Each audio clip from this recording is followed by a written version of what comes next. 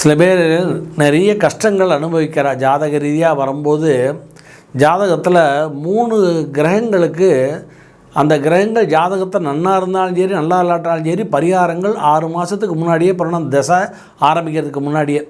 மற்ற 6 கிரகங்களுக்கு கிடையாது. அந்த 3 கிரகங்கள் எதுன்னா ராகு தசை, குரு தசை, சூரிய தசை. இந்த ராகு தசை ஆரம்பிக்கிறதுக்கு 6 மாதத்துக்கு முன்னாடியே சாந்தி பண்ணணும்.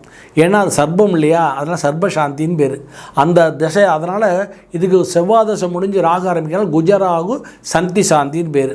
அதே மாதிரி குரு தசை ஆரம்பிக்கிறதுக்கு 6 மாதத்துக்கு முன்னாடி பண்ணணும். அதுக்கு ராகு பிரகஸ்பதி சந்தி சாந்தின்னு பேர். அதே மாதிரி சுக்கர தசை முடிஞ்சு சூரிய தசை ஆரம்பிக்கிறதுக்கு 6 மாதத்துக்கு முன்னாடியே பண்ணணும். இதுக்கு சுக்கராதித்ய சந்தி சாந்தி.